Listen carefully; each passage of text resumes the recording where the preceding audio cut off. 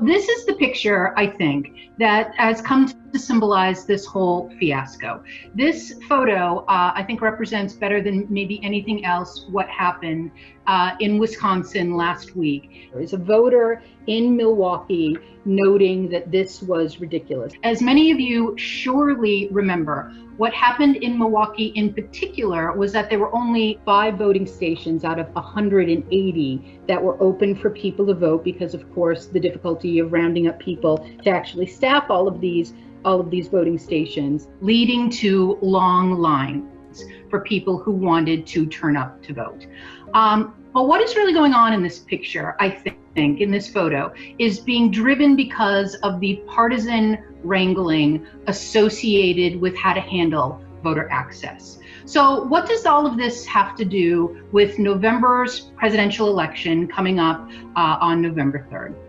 Well, this partisan wrangling between the Democrats and the Republicans over how to handle voter access, ease of voting, the prevalence of mail-in voting, what IDs should be required to be allowed to turn up in person to vote, all of this kind of stuff has been raging for years between the two political parties. What all of this is really about, and has been for years, is the ongoing war between the Democrats and the Republicans over how easy to make access to the vote, especially during a pandemic. President Trump has even weighed in on this recently with this tweet on ballot harvesting. Ballot harvesting is a particular kind of voter fraud. It's not about when an individual turns up to vote illegally. Ballot harvesting is the concern that somebody might be collecting a whole bunch of mail-in ballots or a whole bunch of absentee ballots, let's say, for example, from an assisted living facility, and fill them in themselves or in some way manipulate them. That is what President Trump is talking about in that tweet. But this also ties into allegations that he has been making for years of concern over widespread voter fraud. But to talk about mail-in balloting in particular, on one level, it is fair to say that mail-in voting is more challenging to pull off in a secure fashion.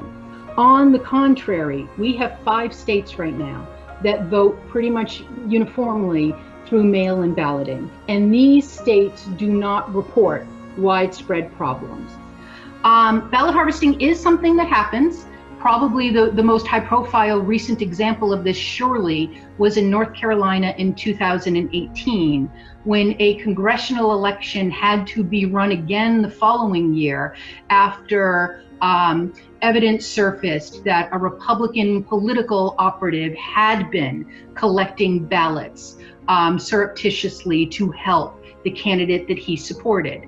But again, it's not really a widespread problem. And as I've already mentioned, states that do mail-in balloting far more frequently and regularly have developed good mechanisms for reducing or even eliminating these kinds of problems. Another thing I think is important to mention here is that when the two political parties or members of those political parties talk about concerns over voting, they're also very likely being self-interested.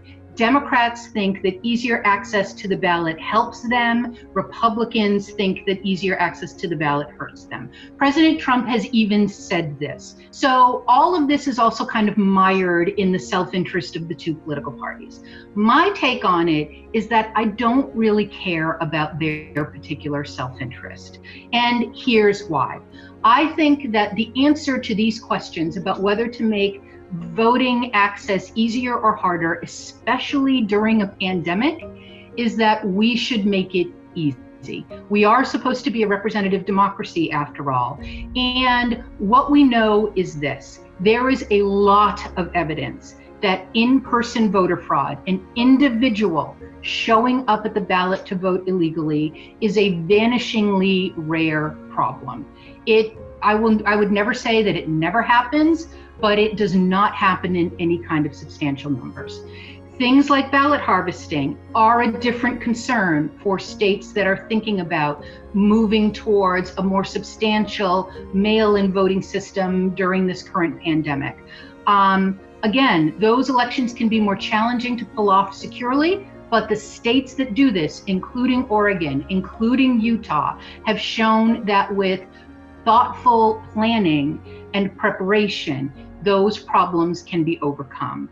So my take on this is that states should be seriously considering doing what they can to make voting in November both safer and more accessible. And ideally, they would get some backup and resources from Congress for this. Congress is not going to provide this backup and these resources, but in an ideal world, we would be planning for this November election better than we probably are in order to prevent things like what happened in North Carolina with that ballot harvesting example in 2018, but also to prevent people like this voter having to show up in person when doing so might put their health at risk.